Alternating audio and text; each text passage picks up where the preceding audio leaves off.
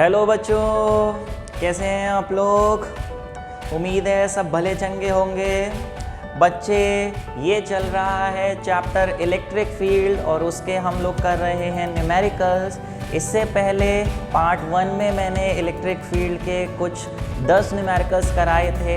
अगर वो आप लोग करना चाहते हैं तो ऊपर दिए गए आई बटन पे क्लिक करके पहले उस पर जंप कर सकते हैं, वापस इस पर आ सकते हैं। चाहे ये पहले देख लीजिए, वो बाद में कर लीजिएगा।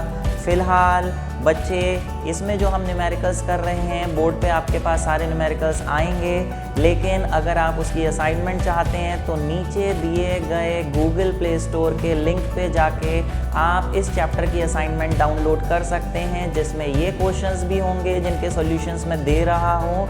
इन एडिशन टू दैट, उसके अलावा प्रैक्टिस करने के लिए आप और असाइनमेंट्स डाउनलोड करके वो क्वेश्चंस अटेम्प्ट कर सकते हैं।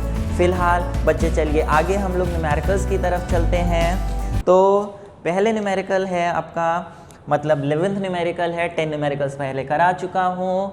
11th न्यूमेरिकल है, कॉपी पेंसिल लेके बैठ जाइए, अपने आप करिए, साथ साथ करते जाइए। चलिए, ABC is a right angle triangle, the right angle being at point B। हमने यहाँ पे एक राइट एंगल ट्राइंगल बनाना होगा जो कि जिसका राइट एंगल कहाँ पर होगा, B पर।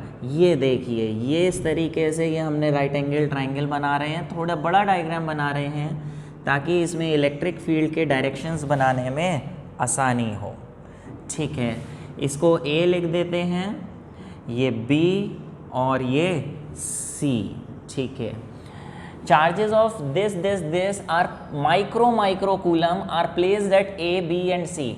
A, B and C. A पे रखा हुआ है -10.24 माइक्रो कूलम का मतलब होता है बेटा इंटू 10, 1 माइक्रो का मतलब 10⁻⁻6, 2 माइक्रो का मतलब 10⁻12।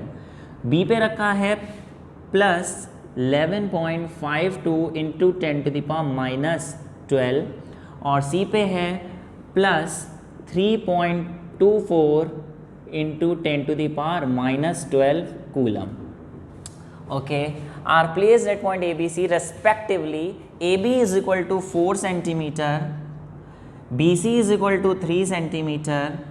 बेटा अगर ये 4 है, ये 3 है, तो हाइपोटेन्यूज इसका कितना होगा पाइथागोरस थ्योरम से 5 सेंटीमीटर पूरा। ठीक है, calculate the magnitude and direction of field at foot D of the perpendicular drawn from B on side AC. B से AC पर एक परपेंडिकुलर ड्रॉप करनी है। ये हम परपेंडिकुलर ड्रॉप कर रहे हैं इस तरीके से, ये परपेंडिकुलर ड्रॉप करी, ये इसका फुट हो गया।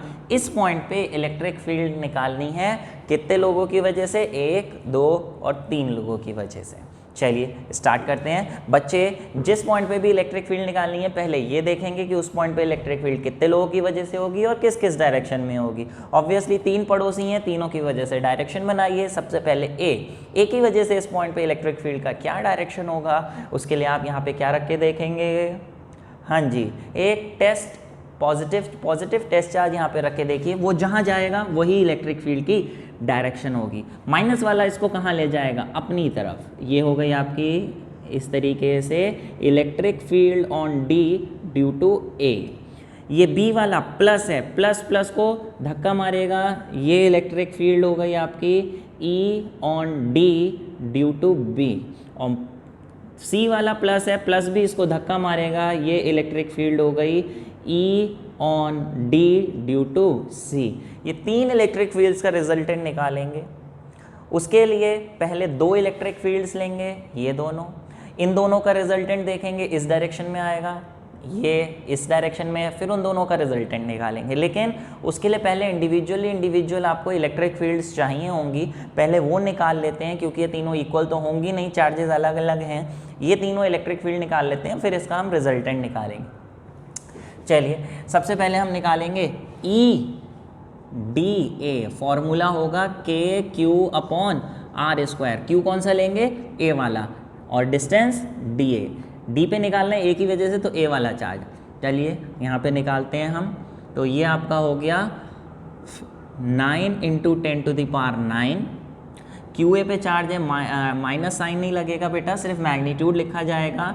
10.24 इंटू 10⁻⁻12 अपॉन डी से ए तक का डिस्टेंस। अरे ये तो दे ही नहीं रखा है डी से ए, बेटा डी सी भी नहीं दे रखा है, डी ए भी नहीं दे रखा है, तो ये कैसे, पहले आपको ये डिस्टेंस निकालने होंगे तभी आगे बढ़ पाएंगे। ये पूरा डिस्टेंस आपको दे रखा है 5, लेकिन इंडिविजुअल डिस्टेंस नहीं दे रखे हैं, तो इसके लिए आप ये करेंगे कि let this distance be x, ये x हो जाएगा बच्चे ये वाला। तो बताइए ये कितना होगा, 5 माइनस एक्स।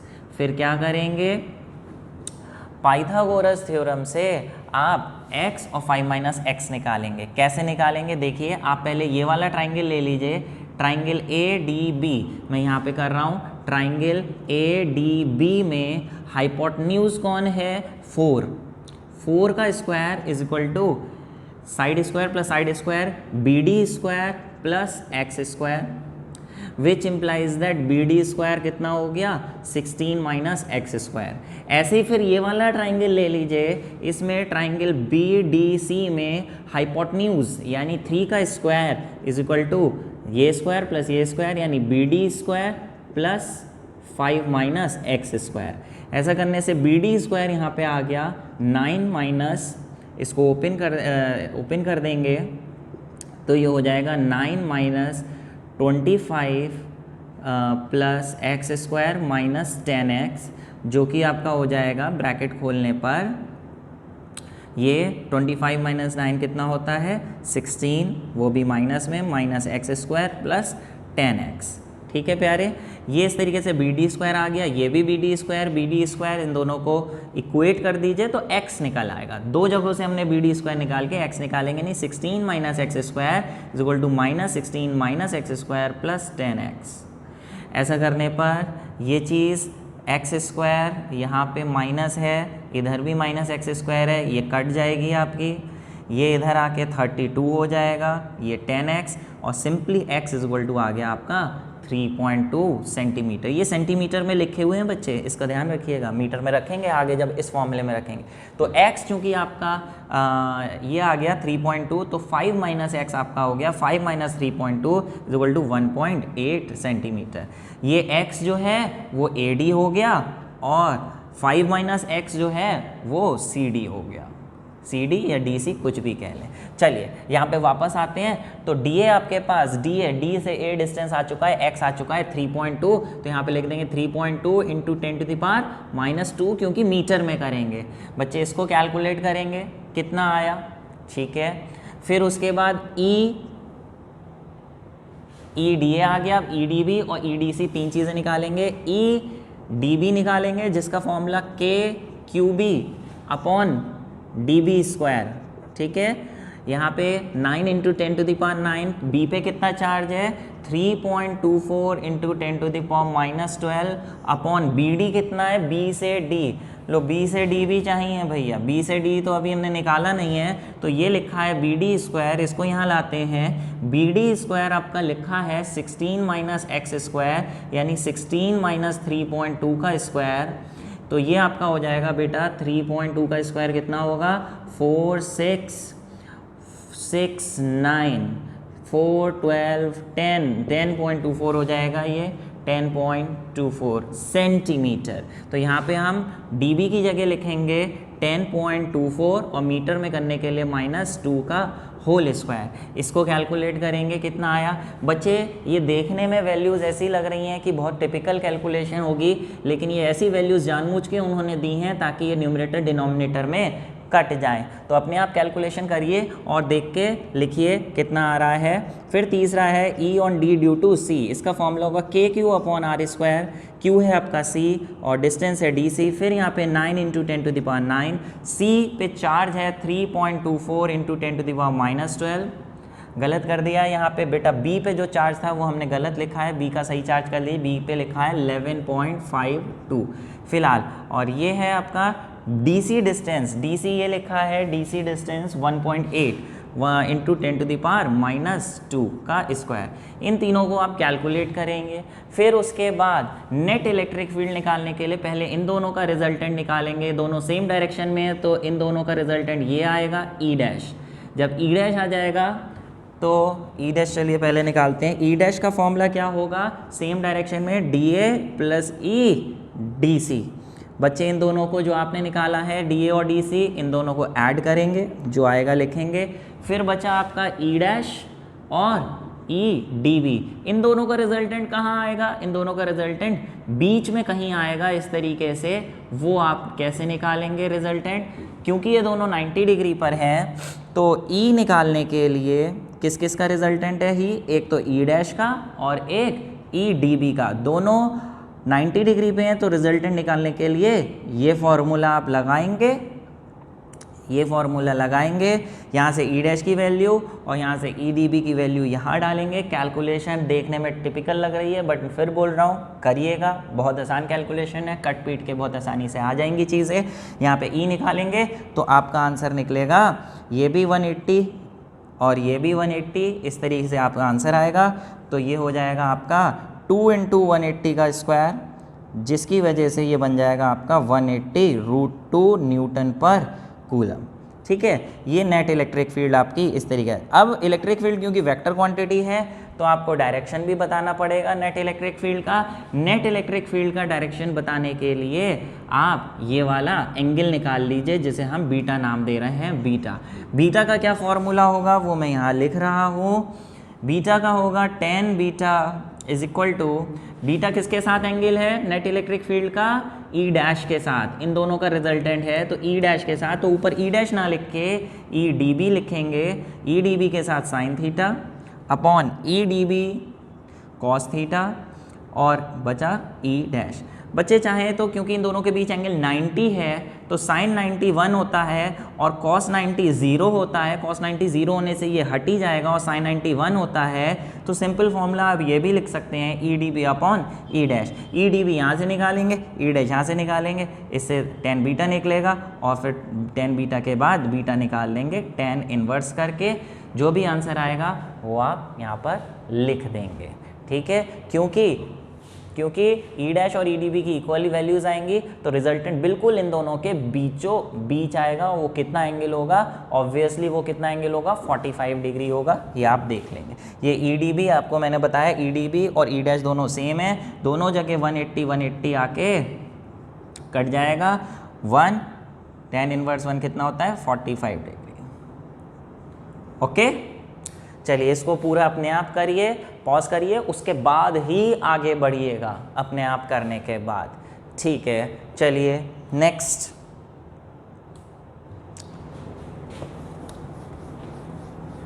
नेक्स्ट क्वेश्चन बोल रहे हैं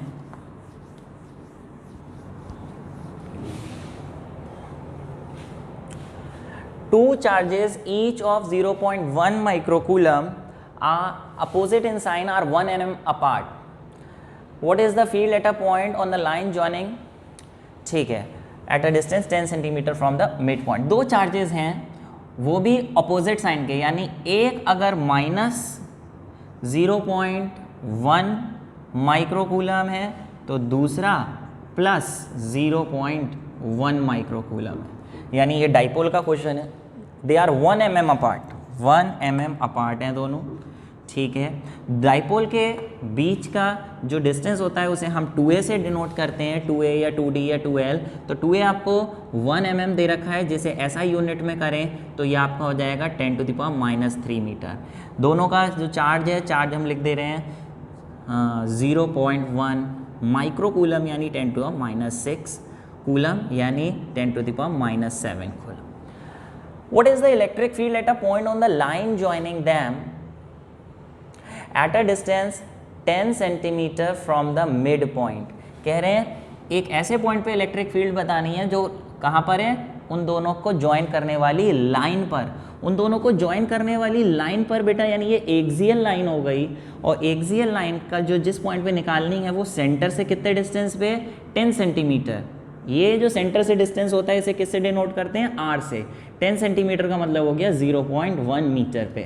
तो बेटा एक्सियल लाइन पे इलेक्ट्रिक फील्ड निकालनी है, इसका फॉर्मूला आपको मालूम है कि क्या होता है बच्चे, लेकिन यहाँ पे इलेक्ट्रिक फील्ड का जो फॉर्मूला होता है एक्सियल लाइन पे क्या होता है, 1/4 pi epsilon naught K P R upon 2PR upon are square minus A square का स्क्वायर, ये फॉर्मूला होता है जनरल फॉर्मूला। लेकिन यहाँ ये फॉर्मूला नहीं लगेगा, इससे आप इजी कर सकते हैं। कैसे? क्योंकि डाइपोल आप देख रहे हैं बहुत छोटा है, डिस्टेंस 10 सेंटीमीटर की है, जबकि डाइपोल सिर्फ 1 mm का है। शॉर्ट डाइपोल का क्वेश्चन है। शॉर्ट डाइपोल के लिए आपको फॉर्मूला मालूम है स्पेशल केस का, 1/4 pi epsilon naught 2p upon R cube formula होता है। इसमें ए स्क्वायर को नेग्लेक्ट करते हैं, तो डायरेक्ट फॉर्मूला लगा दीजिए और वैल्यू डाल के आंसर निकाल लीजिए। इसके लिए हमें पहले p चाहिए होगा, तो p निकाल लीजिए q इंटू 2a। q कितना है? 10⁻⁻7 और ये 10⁻⁻3, ये हो गया आपका 10⁻⁻10। यूनिट क्या होती है? Coulomb metre. 10⁻⁻10 और r डिस्टेंस कितना है? 0.1 का क्यूब, ये हो गया 9 2 18, 10⁻⁻1 और 0.1 के क्यूब का मतलब हो गया 10⁻⁻3। ऊपर जाके 10⁻+2 हो जाएगा, ये +3 - 1 +2 यानी 10⁻2 यानी 1800। यूनिट क्या होती है? न्यूटन पर कूलम। और ये तो ये वैल्यू आ गई। डायरेक्शन आपको याद होना चाहिए, इलेक्ट्रिक डाइपोल की एक्सियल लाइन पे electric field is always directed from -q to +q। तो ब्रैकेट में आप डायरेक्शन लिख देंगे -q टू +q। ठीक है, चलिए ये इस तरीके से आप करिए, समझिए। अगले क्वेश्चन पे चल रहे हैं। Electric field at a point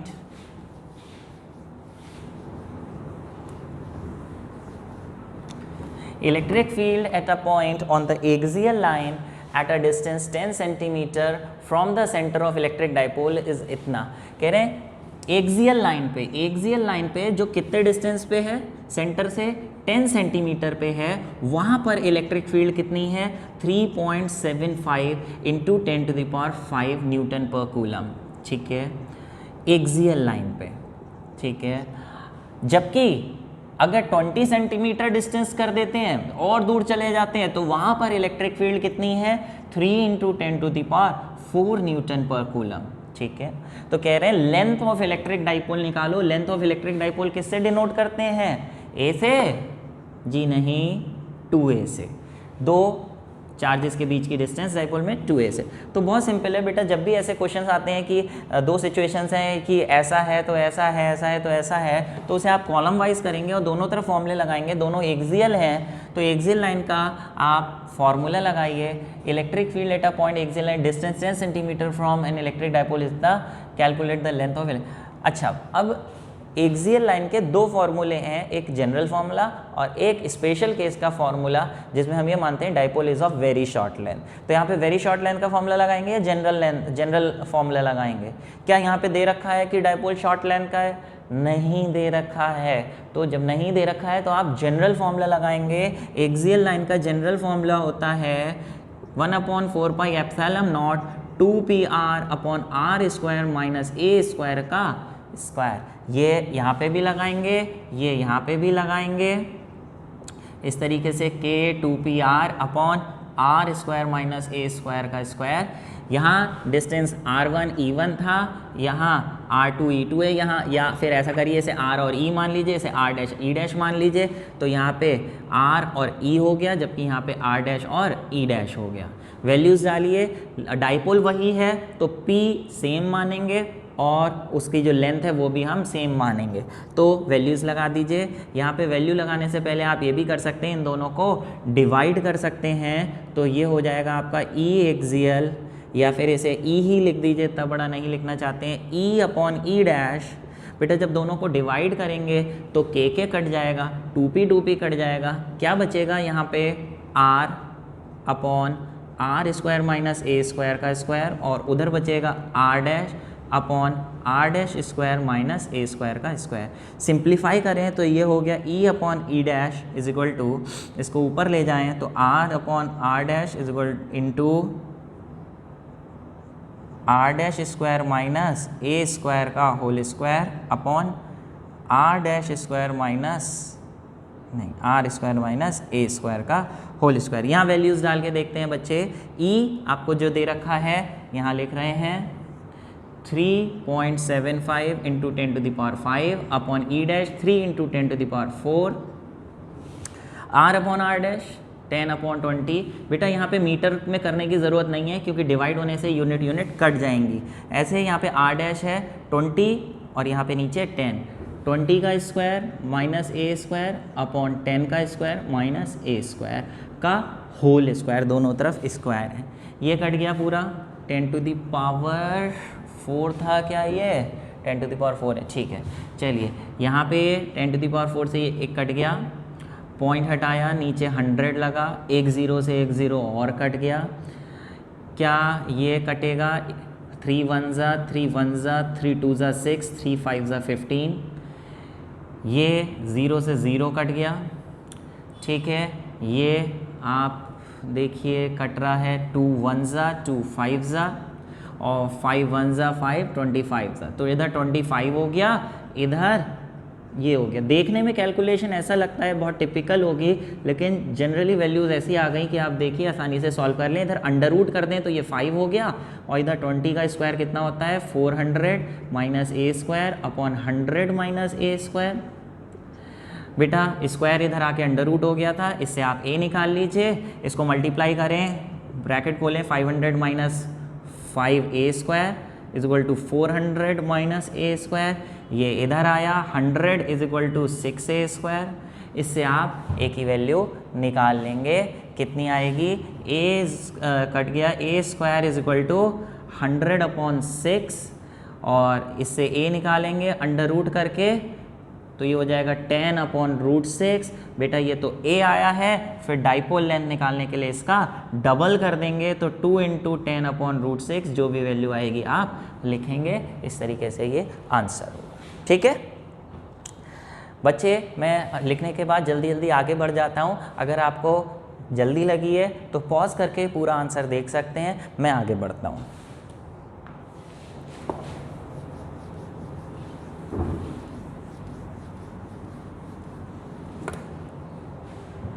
okay प्यारे, बात आई कि भैया ABC is an equilateral triangle of side 10 centimetre, ठीक है। D is the mid point of BC, ठीक है। इक्विलेटर है वो BC का मिड पॉइंट है, वो भी बना लीजिए, बनाइए। देखिए ये इस तरीके से है, ABC equilateral triangle, what is the force x 1 coulomb place that 8, ठीक है। ये इस तरीके से आपने एक इक्विलेटरल ट्राइंगल बनाया, ये और ये, ऊपर A पॉइंट ले लेते हैं, B C, और D जो है वो BC का मिड पॉइंट है। इक्विलेटरल ट्राइंगल है, साइड 10 मीटर है, 10 मीटर है, ओके। +100 -100 +75, बेटा इसी ऑर्डर में आप रखेंगे, बेटा इसी ऑर्डर में आप रखेंगे यहाँ पे इसे, और +100 -100 are placed at B, C and D। B पे +100, C पे कूलम है, C पे रखा हुआ है आपका -100। ये क्वेश्चन मैं पहले करा चुका हूँ, चलिए जल्दी से देख लीजिए एक बार फिर से हालांकि। और D पे है आपका 75, ठीक है। D पे है आपका 75। शॉर्ट में बताऊंगा, पूरा नहीं करूंगा, बाकी आप अपने आप करेंगे। What is the force experience by 1 coulomb positive charge placed at A। यहाँ पे हमें इलेक्ट्रिक फील्ड नहीं, फोर्स निकालनी है अगर यहाँ पे 1 कूलम का चार्ज रखा है। वैसे तो ये फोर्स कह रहे हैं निकालिए, लेकिन बेटा क्योंकि 1 कूलम पे निकालनी है तो force experience per unit positive test charge, उसको हम इलेक्ट्रिक फील्ड ही कहते हैं। तो force per unit charge electric field होती है, तो जो 1 कूलम पे फोर्स लग रही होगी इलेक्ट्रिक फील्ड की वैल्यू भी उतनी ही होगी। फिलहाल चलिए, तो 1 कूलम पे कौन कौन फोर्स लगाएगा, B, D और C। B इसे कहाँ ले जाएगा, प्लस है तो ऐसे ले जाएगा, इसका फॉर्मूला होगा फोर्स E नहीं force on A due to B। D वाला इसे कहाँ ले जाएगा, ऐसे force on A due to D, और C वाला -100 वाला इसे अपनी तरफ ले जाएगा, force on A due to C। कोई इक्वल होंगी, हाँ B और C वाली इक्वल होंगी, 100 है तो यहाँ लिख ले रहे हैं force on A due to B is equal to force on A due to C। C और b, ये दोनों इक्वल होंगी। तो बेटा जो दो इक्वल है पहले उन दोनों का रिजल्टेंट निकालेंगे जो बिल्कुल बीचों बीच आएगा, let it be F dash. इन दोनों का फॉर्मूला लगाएंगे, एफ डैश का क्या फॉर्मूला होगा, अंडर रूट ये और ये, इन दोनों के बीच एंगल कितना है 120, क्योंकि इक्विलेटरल ट्राइंगल है। तो ये हो जाएगा F A B square plus F A B A C square plus F A B F A C cos 120 और यहाँ पे ट्वाइस, ये निकालेंगे। ये आंसर आपका आएगा √3 एफ ए बी, वैल्यूज़ डालेंगे और फिर जो आपका एफ डैश आएगा, अब बचा एफ ए डी और एफ डैश जिसका रिजल्टेंट बीच में कहीं आएगा उसका फॉर्मूला क्या लगाएंगे, क्योंकि ये दोनों 90 डिग्री पे हैं, कौन कौन, एफ डैश और एफ ए डी, तो इसका फॉर्मूला लगेगा ये। दोनों की वैल्यूज़ निकाल के यहाँ डालेंगे और आंसर निकालेंगे, साथ साथ में एंगल भी निकालेंगे। चलिए हम अगले क्वेश्चन की तरफ बढ़ते हैं। बेहतरीन क्वेश्चन है, थोड़ा अलग क्वेश्चन है, देखिए क्या बोल रहे हैं। सरफेस चार्ज डेंसिटी पे बेस्ड ये क्वेश्चन है। सरफेस चार्ज डेंसिटी आपको मालूम है क्या होती है, चार्ज पर यूनिट एरिया। सरफेस चार्ज डेंसिटी हम सिग्मा से डिनोट करते हैं, जिसका फॉर्मूला होता है charge per unit area Q upon A. चलिए क्वेश्चन देखते हैं। कह रहे हैं 64 ड्रॉप्स थी, 64 ड्रॉप्स जिनका हर का रेडियस था 0.02 मीटर, जिन पे ईच पे चार्ज था 5 माइक्रोकूलम का, वो सब कंबाइन हो गई और कंबाइन होके ये 64 ड्रॉप्स जो थी इन्होंने एक बड़ी ड्रॉप बना ली, 1 ड्रॉप बना ली। तो ये बोल रहे हैं find the ratio of surface charge density of small and big drop. इस स्मॉल ड्रॉप का और बिग ड्रॉप की सरफेस चार्ज डेंसिटी, इसको सिग्मा लिख दें, इसको सिग्मा डैश लिख दें, इन दोनों की सरफेस चार्ज डेंसिटीज़ का रेशियो निकालना है। तो बच्चे ऐसे क्वेश्चन में, जब भी क्वेश्चन में ऐसे ड्रॉप्स मिलती हैं, ऐसे जितने भी क्वेश्चन आएंगे जिसमें कोई चीज़ आपस में मिल रही होगी, उसमें सबसे पहले आपको आइडेंटिफाई करना होता है कि मिलने से पहले और मिलने के बाद की क्या चीज़ तो सेम रहेंगी और क्या चीज़ ऐड हो जाएंगी। तो पहली बात क्या सेम रहेगा, टोटल चार्ज सेम रहेगा। अगर इन पे सब पे मिला के जितना चार्ज है वो ड्रॉप मिलेगी तो ऑब्वियस सी बात है चार्ज कहीं बढ़ नहीं जाएगा, कम नहीं हो जाएगा। यानी इस पे अगर टोटल चार्ज Q डैश है तो Q डैश कितना होगा, Q dash will be, each drop पे Q था तो टोटल चार्ज इस पे कितना हुआ 64Q, तो Q डैश जो होगा वो 64Q होगा। एक बात ये, और दूसरी बात वॉल्यूम की करेंगे, टोटल वॉल्यूम इसकी और टोटल वॉल्यूम इसकी सेम रहेगी। यानी इसकी जो वॉल्यूम है 64 ड्रॉप्स की इस volume 64 into volume of each small drop is equal to volume of 1 big drop. मानते हैं मिलके वॉल्यूम सेम रहेगी। तो बेटा यहाँ फॉर्मूला डालिए, इससे क्या निकाल पाएंगे, क्योंकि ड्रॉप्स स्फेरिकल होती हैं, एज्यूम करना होगा, और स्फीयर का फॉर्मूला होता है 4/3 πr³ उसकी वॉल्यूम का, और यहाँ पे भी लिखेंगे बड़ी स्फीयर की वॉल्यूम का 4/3 πr³। यहाँ r डैश लगा दीजिए, ऐसा करने से ये कट गया, r⁻³ is equal to 64r³। इससे हमारे पास r डैश आ गया कितना, इसका क्यूब रूट करेंगे 4r। इससे हमें ये पता चल गया कि नई ड्रॉप का रेडियस कितना होगा। तो सिंपल है, r डैश आ गया, q डैश आ गया। अब सिग्मा अपॉन सिग्मा डैश निकालना आसान हो गया। कैसे, आप देखिए सिग्मा अपॉन सिग्मा डैश अगर निकालें तो सरफेस चार्ज डेंसिटी का ऊपर भी फॉर्मूला q अपॉन a होगा, नीचे भी q अपॉन a होगा, लेकिन नीचे q डैश और a डैश रखेंगे। तो आप देखिए ये हो जाएगा q upon q dash into a dash upon a। Formula डाल दीजिए, q तो वैसे ही लिखा रहने दीजिए, q डैश की जगह लिख दीजिए 64q। अब बात आई एरिया की, तो बेटा स्फीयर के एरिया का फॉर्मूला क्या होता है, इसके पूरे a डैश के एरिया का फॉर्मूला 4πr², यहाँ पे डैश लगेगा। और अगर इसके सरफेस एरिया की बात करें तो एक ड्रॉप का सरफेस एरिया तो होगा 4πr², लेकिन यहाँ पे 64 ड्रॉप्स हैं तो 64 ड्रॉप्स के एरिया इंटू 64 टाइम्स हो जाएगा, इस तरीके से।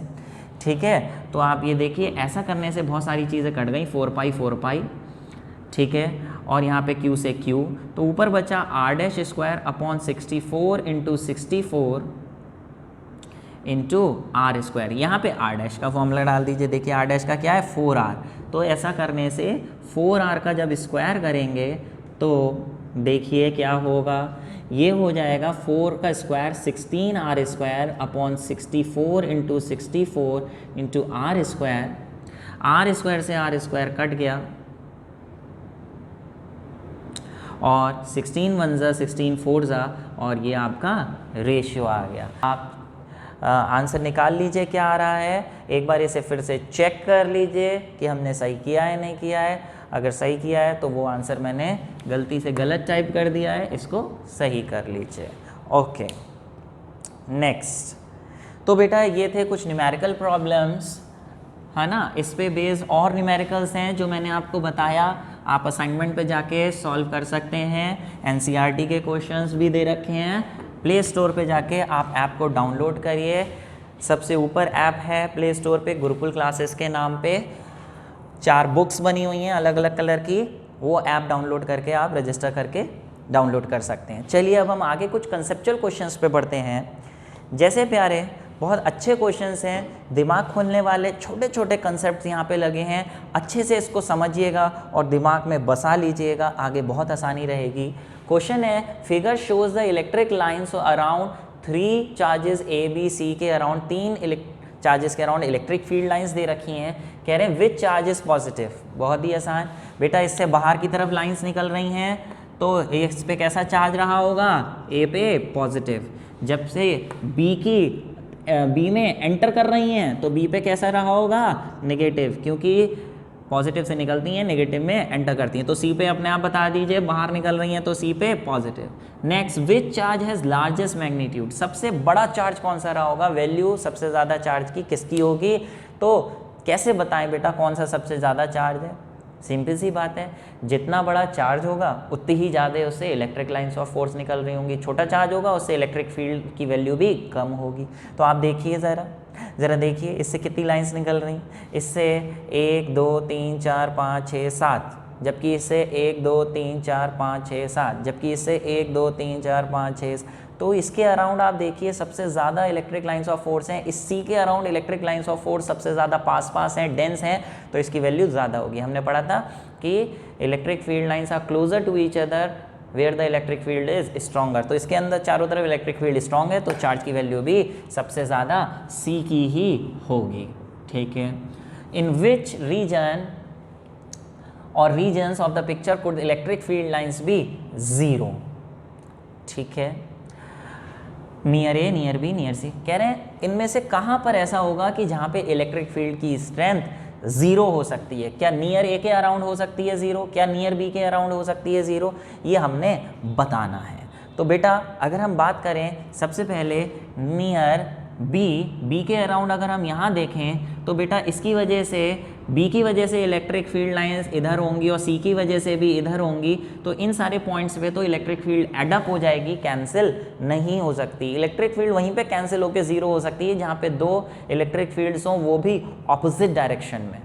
ठीक है, तो उसके हिसाब से आप देखिए सी के अराउंड देखें तो सी के अराउंड भी सिर्फ एक ही इलेक्ट्रिक फील्ड है, वो है सी की, जो कि बाहर की तरफ है, तो इसके अराउंड भी इलेक्ट्रिक फील्ड 0 नहीं हो सकती। बी के अराउंड नहीं हो सकती, सी के नियर नहीं हो सकती। क्या ए के नियर हो सकती है, लेट्स सी। बेटा ए के नियर इधर की तरफ तो नहीं हो सकती क्योंकि इधर की तरफ एक ही डायरेक्शन में इलेक्ट्रिक फील्ड लाइंस हैं, लेकिन हाँ अगर हम इधर की तरफ देखें, यहाँ वाला जो रीजन है आप देखिए, इस वाले रीजन में ए की वजह से इलेक्ट्रिक फील्ड लाइंस बाहर की तरफ जा रही हैं, जबकि सी की वजह से भी बाहर की तरफ जा रही हैं। ये एक दूसरे को कैंसिल कर सकती हैं। एक बार फिर से बता रहा हूँ, ए भी पॉजिटिव है, सी भी पॉजिटिव है, तो दोनों चार्जेस पॉजिटिव हैं, तो इन दोनों के बीच, हाँ इन दोनों के बीच एक ऐसा रीजन हो सकता है जहाँ पे दोनों की वजह से इलेक्ट्रिक फील्ड कैंसिल हो जाए, तो इन दोनों के बीच हाँ इलेक्ट्रिक फील्ड 0 हो सकती है। लेकिन अब वो नियर ए होगी या नियर सी, वो आप देखिए, ए सी तो बहुत बड़ा चार्ज है, तो सी के पास तो इलेक्ट्रिक फील्ड 0 नहीं हो सकती, जो कमज़ोर है उसी के पास इलेक्ट्रिक फील्ड 0 हो सकती है, तो इसलिए आंसर इज ए। और कैसे, वो हमने जस्टिफाई कर दिया। चलिए नेक्स्ट बोल रहे हैं, फिगर शोज, बहुत बढ़िया क्वेश्चन बेटा, ये एनसीईआरटी का क्वेश्चन है और बहुत बार एग्जाम्स में पूछा जा चुका है, होम एग्जामिनेशन में बहुत बार पूछा जा चुका है। ध्यान से समझिए क्या है। कह रहे हैं 3 इलेक्ट्रिक फील्ड, 3 चार्ज पार्टिकल्स की ट्रेजेक्टरीज दे रखी हैं। अगर हमने एक इलेक्ट्रिक फील्ड, प्लस माइनस के बीच इलेक्ट्रिक फील्ड होगी, उसमें हमने इस तरीके से इन्हें छोड़ा परपेंडिकुलरली, इलेक्ट्रिक फील्ड ऐसे रही होगी, इलेक्ट्रिक फील्ड और उसे चार्ज पार्टिकल्स को हमने इस तरीके से ऐसे छोड़ा, तो ऑब्वियसली ये इनकी ट्रेजेक्ट्री थोड़ी सी बेंट हो गई, मुड़ गए चार्ज पार्टिकल चलते चलते।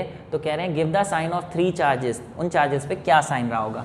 बेटा आप देखिए ये वाला जो चार्ज है ये ऊपर की तरफ मुड़ गया, ऊपर से प्लस से सिर्फ कौन अट्रैक्ट हो सकता है, हाँ माइनस, यानी ए पे कैसा चार्ज रहा होगा, फर्स्ट वाले चार्ज पार्टिकल पे कैसा चार्ज रहा होगा, नेगेटिव।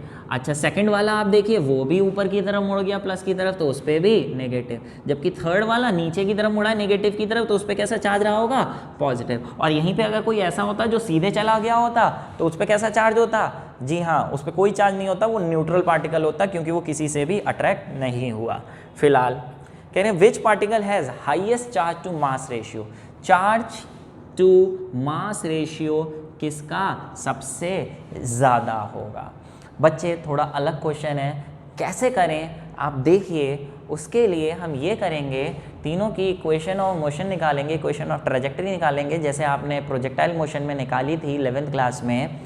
ये जनरल कोई भी एक पार्टिकल हम ले लेते हैं, जब वो छोड़ा गया तो उसका जो मोशन हो रहा है वाई एक्सिस के अलोंग, एक्स एक्सिस के अलोंग तो तीनों का सेम मोशन है, लेकिन वाई एक्सिस के अलोंग देखें ऊपर नीचे की तरफ कोई ज़्यादा मुड़ा है कोई कम मुड़ा है। आप देखिए ज़रा, जैसे इस पार्टिकल को देखें ये सीधा जा रहा था इस तरीके से, ये इतना मुड़ा फर्स्ट वाला, जबकि सेकंड वाला देखिए ऐसे जा रहा था, सेकंड वाला इतना मुड़ा, जबकि थर्ड वाला अगर आप देखिए थर्ड वाला अपने ओरिजिनल पाथ से इतना ज़्यादा मुड़ा।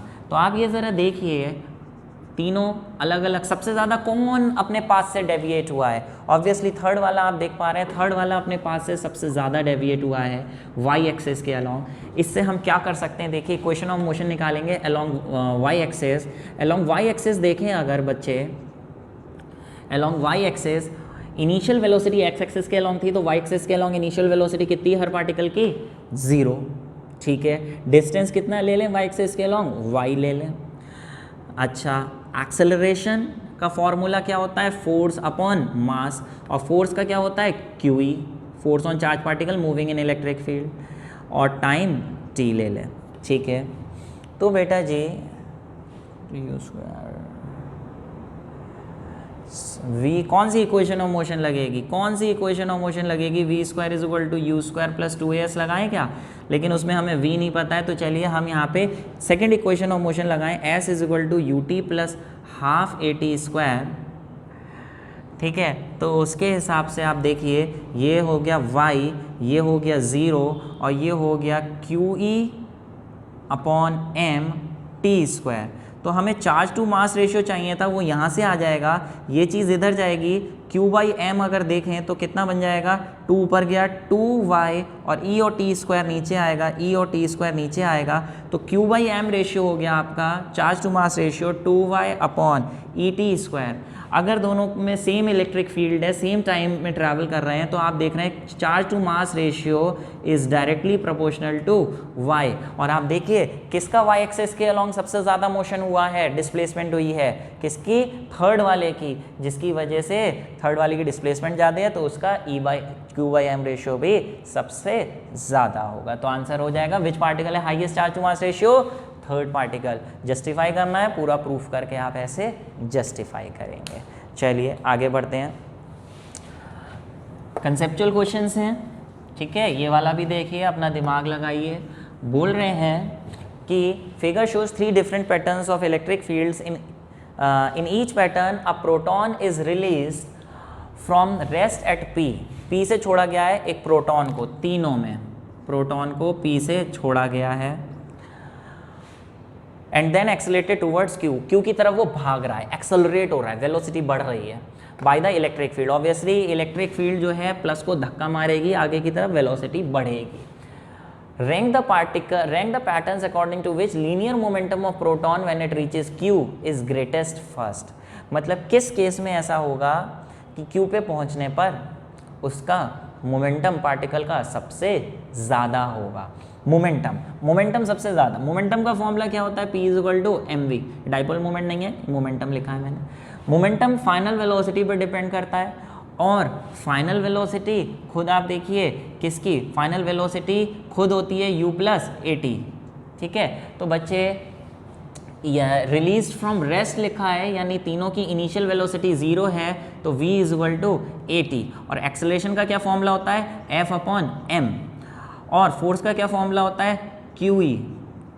ठीक है, तो बेटा आप ये देखिए कि मोमेंटम का फॉर्मूला हो गया m QE upon m into T. ये v का फॉर्मूला हमने यहाँ पे डाला, m से m कटा, p का फॉर्मूला आ गया QE इंटू टी। साफ साफ तीनों का चार्ज सेम है क्योंकि तीनों प्रोटॉन्स हैं। ठीक है, तीनों का तीनों में आप ये देख रहे हैं कि जो मोमेंटम है वो किस पे डिपेंड कर रहा है, इलेक्ट्रिक फील्ड पे डिपेंड कर रहा है। तो आप देखिए जिसकी इलेक्ट्रिक फील्ड सबसे ज़्यादा होगी वो सबसे जल्दी वहाँ पे, वो सबसे तेज़ी से वहाँ पहुँचेगा। वो जिसकी इलेक्ट्रिक फील्ड सबसे ज़्यादा होगी उसी की वेलोसिटी सबसे ज़्यादा होगी और उसका मोमेंटम भी सबसे ज़्यादा होगा। तो इलेक्ट्रिक फील्ड सबसे ज़्यादा किसकी होगी, ऑब्वियसली जहाँ पे इलेक्ट्रिक फील्ड लाइन सबसे क्लोजर टू ईच अदर होंगी। तो आप देखिए यहाँ पे सबसे पास पास हैं, यहाँ पे क्यू में सबसे ज़्यादा दूर हैं, यहाँ दूर हैं, यहाँ सबसे पास हैं। सबसे पास यहाँ पे, उससे ज़्यादा दूर, उससे ज़्यादा दूर। तो रैंक लिखना था, rank the patterns according to linear momentum of proton is greatest first. तो सबसे ज़्यादा ग्रेटेस्ट किस में होगा, सी में, फिर बी में और फिर ए में। इस तरीके से आपने रैंक कर दिया, रैंक 1, रैंक 2, रैंक 3। ठीक है, ओके, चलिए नेक्स्ट क्वेश्चन पे चलते हैं। बहुत बेहतरीन क्वेश्चन,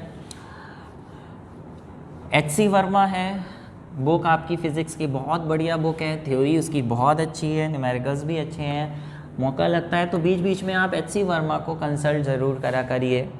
उसी का क्वेश्चन है ये, देखिए कह रहे हैं 3 charge particles are placed at vertices of equilateral triangle. Equilateral triangle के वर्टिसेस पर 3 चार्जेस रखे हैं, +Q और -2Q। ठीक है, कह रहे हैं कि इसका रिजल्टेंट डाइपोल मोमेंट बताइए, पूरे सिस्टम का डाइपोल मोमेंट बताइए। बड़ा अजीब सा क्वेश्चन लग रहा है कि डाइपोल मोमेंट कैसे बताएं। बेटा डाइपोल मोमेंट क्योंकि खुद एक वेक्टर क्वांटिटी है, तो इसलिए यहाँ पे कितने डाइपोल मोमेंट किस किस डायरेक्शन में होंगे वो निकालिए और फिर उसका रिजल्टेंट निकाल लीजिए। अब कितने डाइपोल्स बनेंगे, आप देखिए यहाँ पे डाइपोल होता है -Q + Q का, इक्वल एंड अपोजिट पेयर का। उसके लिए आप क्या करेंगे, जो -2Q है इसे 2 पार्ट्स में डिवाइड कर लेंगे, -Q। यहाँ पे 2 पार्टिकल्स मान लेंगे -Q के सेम पॉइंट पे रखे हुए। तो एक डाइपोल तो यहाँ से बन गया -Q + Q का, और एक डाइपोल यहाँ बन गया -Q + Q का। डाइपोल मूवमेंट की डायरेक्शन क्या होती है, -Q से +Q। तो एक डाइपोल मूवमेंट ये हो गई P1 और एक डाइपोल मूवमेंट ये हो गई P2। दोनों का डाइपोल मोमेंट सेम होगा। मान लें इस पूरे की जो लेंथ है कितनी मान लें, L मान लें, ट्राइंगल की दे नहीं रखी है क्वेश्चन में तो L मान लेंगे। तो दोनों क्योंकि सेम लेंथ के हैं, सेम चार्जेस हैं, डाइपोल मोमेंट दोनों का सेम होगा, P1 = P2। तो इन दोनों का रिजल्टेंट कहाँ आएगा, बीच में। जिस डाइपोल मोमेंट का रिजल्टेंट का क्या फॉर्मूला होगा, P1² + P2² + 2P1 P2 cos कितना एंगल होगा, इक्विलेटरल ट्राइंगल है 60। यहाँ पे P1 की जगह P2 की जगह दोनों की जगह P1 लिख दीजिए, P1 लिख दीजिए, 2P1 हो जाएगा क्योंकि दोनों इक्वल हैं। cos 60 कितना होता है, 1/2। 2 से 2 कट गया, कितना आ गया 3P1² जो कि हो गया √3P1। और P का क्या फॉर्मूला होता है, Q × 2A। ठीक है, और 2A जो पूरी डिस्टेंस है, साइड है, वो कितनी हम मान रहे हैं, L, तो Q × L। ये इस तरीके से आपका आंसर हो गया। समझ पा रहे हैं, सिंपल सा क्वेश्चन था बट थोड़ा कंसेप्ट लगना था, समझ लीजिए आगे आए इस तरीके का, तो दिमाग लगा के फिलहाल। चलिए नेक्स्ट क्वेश्चन है बच्चे, अ सिंपल पेंडुलम।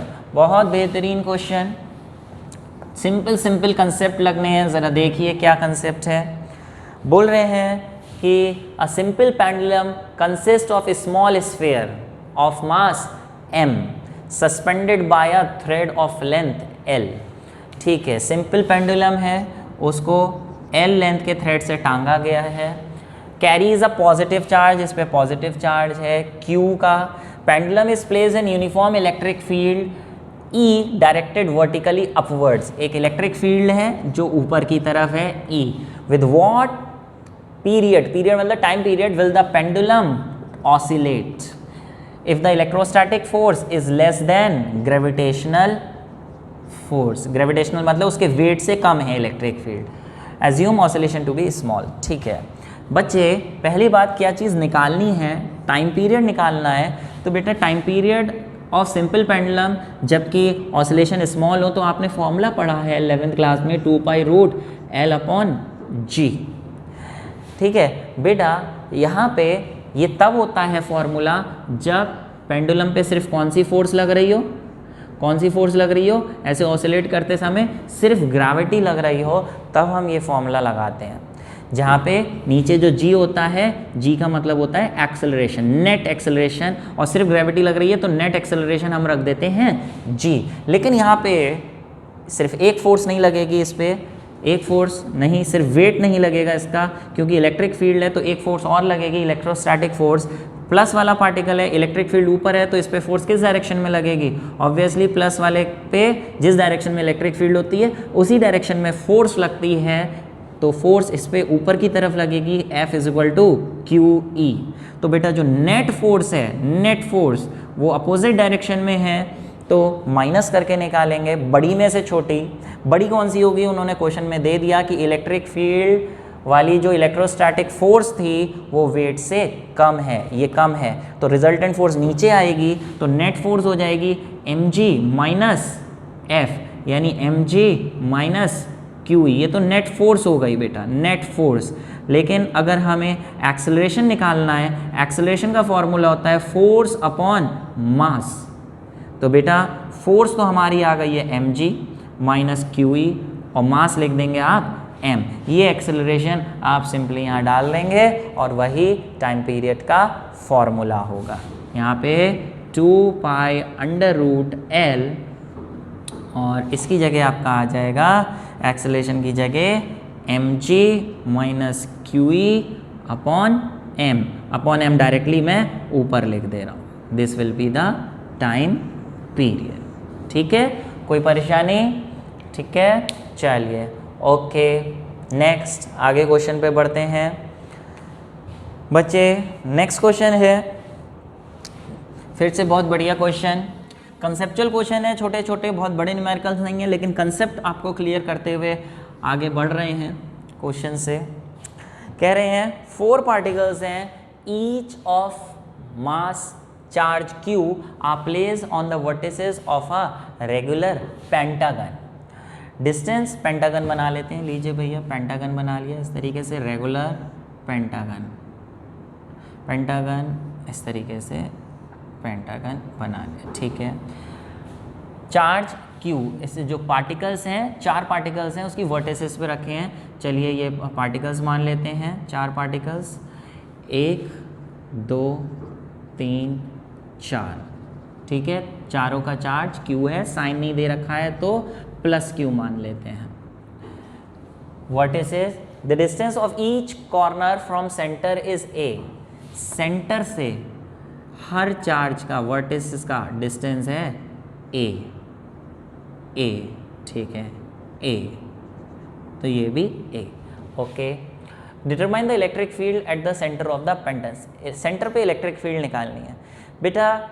ये ध्यान रखिए, जितनी भी रेगुलर फिगर्स होती हैं, जैसे ट्राइंगल हो गया आपका, जैसे कि स्क्वायर हो गया, जैसे कि ट्राइंगल और रेक्टेंगल हो गया, जैसे कि आपका पेंटागन हो गया, हेक्सागन हो गया, अगर उसके वर्टिसेस पे इक्वल चार्ज रखे हैं तो इन सब के सेंटर पे, इसके सेंटर का मतलब है centroid, intersection of diagonals, centre पे नेट इलेक्ट्रिक फील्ड 0 होगी। अगर कोई भी ऐसी रेगुलर फिगर में चारों तरफ, हर तरफ इक्वल चार्जेस हैं तो सेंटर पे जितनी भी इलेक्ट्रिक फील्ड्स होती हैं, सारे चार्जेस की वजह से, वो अपोजिट डायरेक्शन में होने की वजह से रिजल्टेंट इलेक्ट्रिक फील्ड 0 हो जाती है। ऐसे हमने पहले किया भी था। तो अगर इन 5 पे रखे होते चार्जेस तो उसकी वजह से सेंटर पे इलेक्ट्रिक फील्ड होती 0।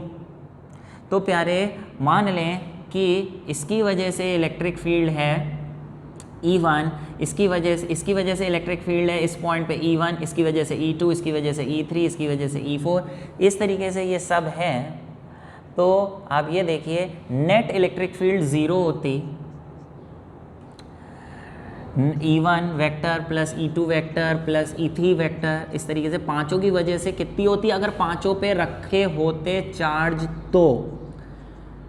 ठीक है, ये पहला, दूसरा, तीसरा, चौथा, पांचवा रखे होते तो 0 होती। ठीक है, तो आप ये देखिए कि अगर हमें बात करें कि सिर्फ इन 4 चार्जेस की वजह से इलेक्ट्रिक फील्ड निकालनी है, रखे तो सिर्फ 4 पे हैं, तो 4 की वजह से अगर हमें इलेक्ट्रिक फील्ड निकालनी है, रिजल्टेंट इलेक्ट्रिक फील्ड इन चारों की electric field resultant E1 + E3 + E4, तो वो कितनी हो जाती? -E5। इन चारों की वजह से जो इलेक्ट्रिक फील्ड आती, late it B E dash, वो जो किसके इक्वल होगी? -E5 के। -E5 वेक्टर का मतलब जो भी फिफ्थ पार्टिकल की वजह से इलेक्ट्रिक फील्ड होगी उसके बराबर होगी, वो भी अपोजिट डायरेक्शन में। क्या चीज़? इन चारों की वजह से इलेक्ट्रिक फील्ड। तो सिर्फ अकेले की वजह से निकाल लीजिए, जो अकेले की वजह से इलेक्ट्रिक फील्ड होगी उसका डायरेक्शन अपोजिट करके कह दीजिए बाकी चारों की वजह से भी उतनी होगी। तो चलिए, अकेले की वजह से तो फॉर्मूला हमें मालूम है। अगर हम सिर्फ मैग्नीट्यूड की बात करें तो पॉइंट चार्ज की वजह से, अगर यहाँ पे चार्ज रखा होता तो अगर यहाँ पे चार्ज रखा होता तो फॉर्मूला होता KQ/R², K की जगह 1/4πε0, और चार्ज है आपका Q और डिस्टेंस कितना दे रखा है, तो ये इलेक्ट्रिक फील्ड हो गई। और ये आप इलेक्ट्रिक फील्ड लिख दीजिए, इलेक्ट्रिक फील्ड का मैग्नीट्यूड Q/A², और डायरेक्शन लिख दीजिए, डायरेक्शन इसका क्या होगा, इस तरीके से अगर ये है तो इसके अवे, ये इलेक्ट्रिक फील्ड का, नेट इलेक्ट्रिक फील्ड का डायरेक्शन हो जाएगा इन चारों की वजह से। समझ पा रहे हैं? तो कंसेप्चुअल क्वेश्चन है, कंसेप्ट लगा के सॉल्व करना है। ठीक है प्यारे, इसके बाद 3 न्यूमेरिकल्स मैं और करा रहा हूँ। किस चीज़ के? NCERT के सॉल्व्ड एग्जाम्पल्स बहुत इंपॉर्टेंट होते हैं बोर्ड्स के लिए और कॉम्पिटिटिव एग्जाम्स के लिए। जब एग्ज़ाम में आते हैं तो एज इट इज़ वैल्यूज़ के साथ आते हैं। 3 एग्जाम्पल्स दे रखे हैं इलेक्ट्रिक फील्ड पे बेस, जल्दी से ये और देख लीजिए, फिर हम आगे बढ़ रहे हैं। बात आई प्यारे, समझा रहा हूँ लेकिन इसका कैलकुलेशन आप खुद करेंगे। An electron falls through a distance 1.5 centimetre in uniform electric field, ठीक है, ऑफ मैग्नीट्यूड दिस।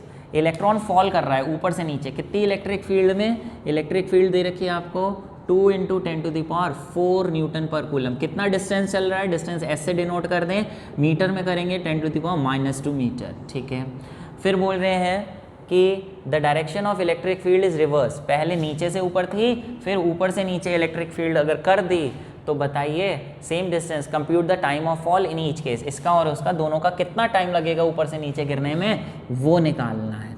तो बेटा जब छोड़ा गया है, फॉल कर रहा है, तो आपको मालूम है इनिशियल वेलोसिटी तो हमेशा 0 ही ली जाती है। ये 3 चीज़ें लिखने के बाद अंदाज़ा हुआ कि यहाँ पे इक्वेशन ऑफ मोशन लगेगी S = ut + ½ at², जिससे आप t निकालेंगे, लेकिन u 0 है तो S = 0 + ये डायरेक्ट लिख दे रहा हूँ at² हो जाएगा। और एक्सेलरेशन कैसे निकालते हैं? एक्सेलरेशन का फॉर्मूला होता है फोर्स अपॉन मास, और फोर्स का फॉर्मूला क्या होता है? Force on charge in electric field का F = QE। तो बेटा टाइम का फॉर्मूला हो गया आपके पास 2ms ऊपर गया अपॉन QE।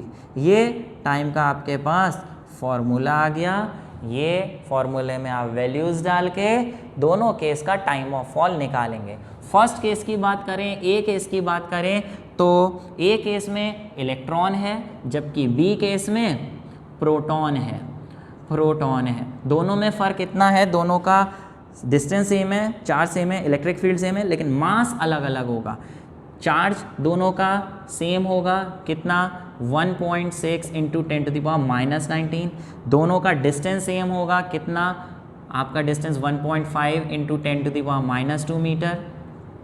ठीक है, दोनों का इलेक्ट्रिक फील्ड सेम होगी, ये दे रखी है इलेक्ट्रिक फील्ड दोनों की 2 × 10⁴ न्यूटन पर कूलम। ठीक है, मास दोनों का अलग अलग होगा। बेटा इलेक्ट्रॉन का मास होता है 9.1 × 10⁻31 kg, जबकि प्रोटॉन का मास होता है 1.67 × 10⁻27 kg। तो ये 4 वैल्यूज़ लेके आप इलेक्ट्रॉन का इस फॉर्मूले से अलग टाइम ऑफ फॉल निकालेंगे और प्रोटॉन का अलग टाइम ऑफ फॉल निकालेंगे। ठीक है, यहाँ सारी वैल्यूज़ डाल के। कोई परेशानी? समझ पा रहे हैं? ये NCERT क्वेश्चन है, बहुत इंपॉर्टेंट है। वैल्यू डाल के आंसर निकालिए और इसका पूरा सॉल्यूशन निकाल के बताइए क्या आ रहा है।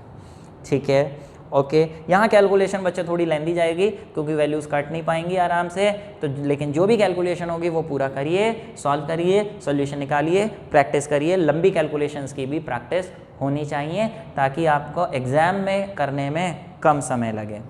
चलिए next question, second last question है बेटा आज का कि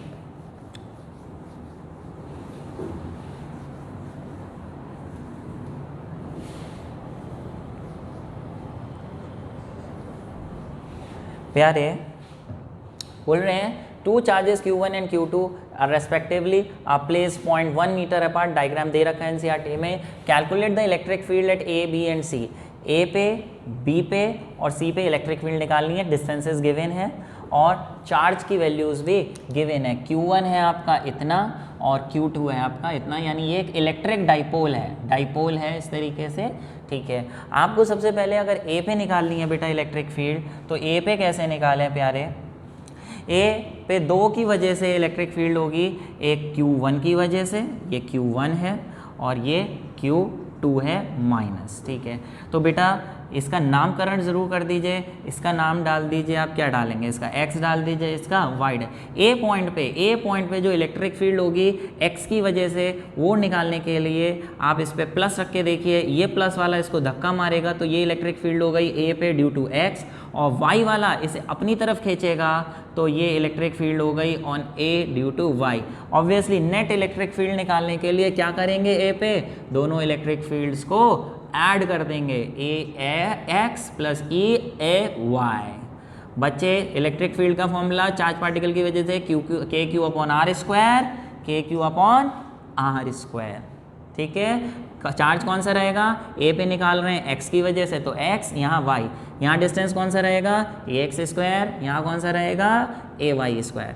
बेटा के कॉमन लीजिए, दोनों की वैल्यूज़ डालिए, चार्जेस दे रखे हैं, ए एक्स और ए वाई दोनों दे रखे हैं, ए एक्स आपका है 0.05, ए वाई 0.05, आंसर निकाल लीजिए। चलिए फिर बी पे आए बेटा, बी पे फिर वही करेंगे, बी पॉइंट पे नेट इलेक्ट्रिक फील्ड निकालने के लिए वहाँ पे टेस्ट चार्ज रखेंगे। बताइए एक्स वाला इसे कहाँ ले जाएगा, धक्का मारेगा, ये हो गई electric field on B due to x, जबकि वाई वाला इस प्लस को कहाँ ले जाएगा, माइनस वाला अपनी तरफ, माइनस वाला इसको कहाँ ले जाएगा, अपनी तरफ ले जाएगा, खींचेगा, तो ये हो गई electric field on B due to y. Obviously opposite direction में है तो माइनस करेंगे, बड़ी में से छोटी, बड़ी कौन सी होगी, पास वाले की वजह से या दूर वाले की वजह से, ऑब्वियसली पास वाले की वजह से, यानी x की वजह से, तो x वाली बड़ी होगी तो आप माइनस करेंगे E B x minus E B y. Simple formula लगाएंगे k Q upon are square, k Q upon are square. कौन सा क्यू रखेंगे, x की वजह से निकाल रहे हैं तो x वाला, y वाला, distance B x, distance B Y.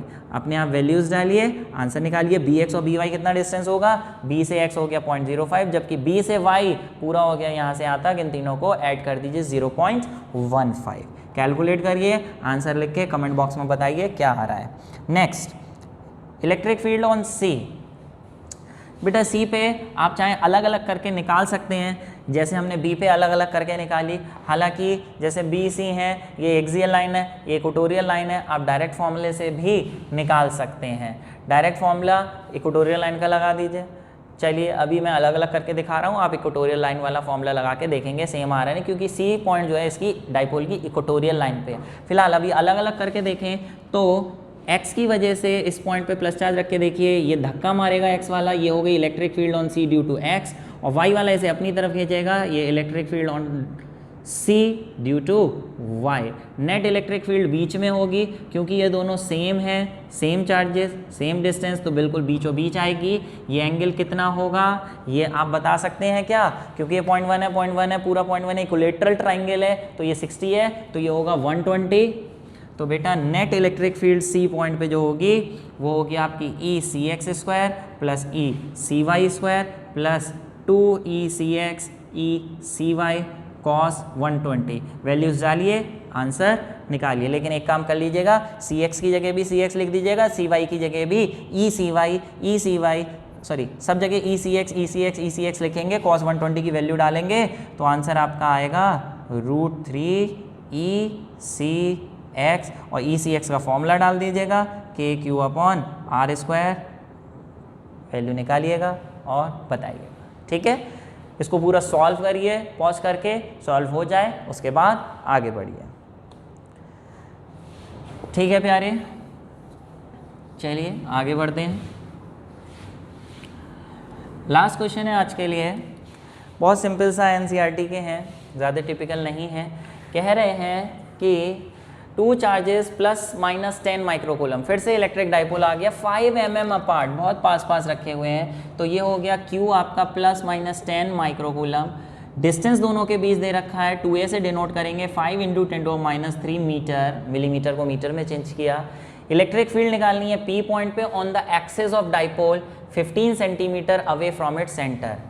ये डाइपोल है -10 + 10, डायग्राम दे रखा है एनसीईआरटी में, ये A है ये B है, सेंटर से 15 सेंटीमीटर दूर इस P पॉइंट पे इलेक्ट्रिक फील्ड निकालनी है। बेटा ये जो डिस्टेंस दे रखा है R, 15 सेंटीमीटर का मतलब होता है 15 × 10⁻² मीटर। आप देखिए डिस्टेंस बहुत ज़्यादा है 15 centimetre as compare to length of dipole. Length of dipole बहुत कम है, डाइपोल शॉर्ट लेंथ का है, तो शॉर्ट लेंथ वाले फॉर्मूले लगा सकते हैं। और क्योंकि ये पॉइंट जो है इसकी एक्सियल लाइन पे है, तो सिंपल फॉर्मूला एक्सियल लाइन वाला लगा दीजिए, K 2P अपॉन R3। उसके लिए P निकाल लीजिए, Q × 2a से K Q × 2a upon R3। K है 9 × 10⁹, Q दे रखा है आपको 10 × 10⁻⁶, और 2a पूरी लेंथ दे रखी है 5 × 10⁻³ अपॉन डिस्टेंस आपको दे रखा है कितना 15, तो ये आप 15 × 10⁻² स्क्वायर करके निकाल लीजिए आंसर कितना आ रहा है। ठीक है, चलिए बात आई अगले पार्ट की।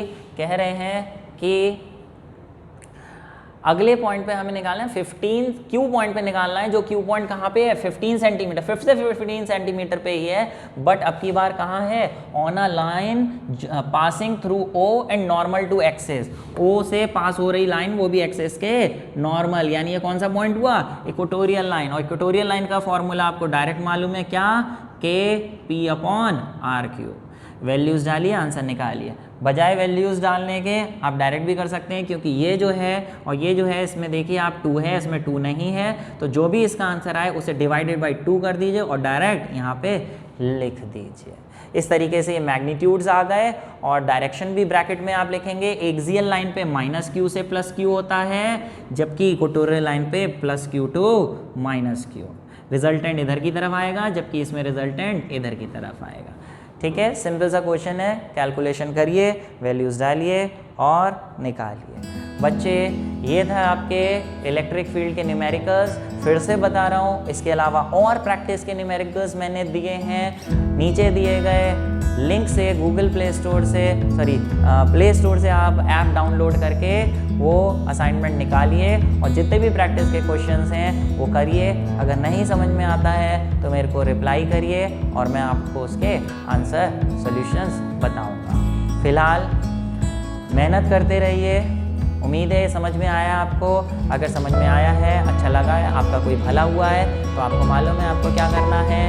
ठीक है, and thank you very much for this session and all the best for your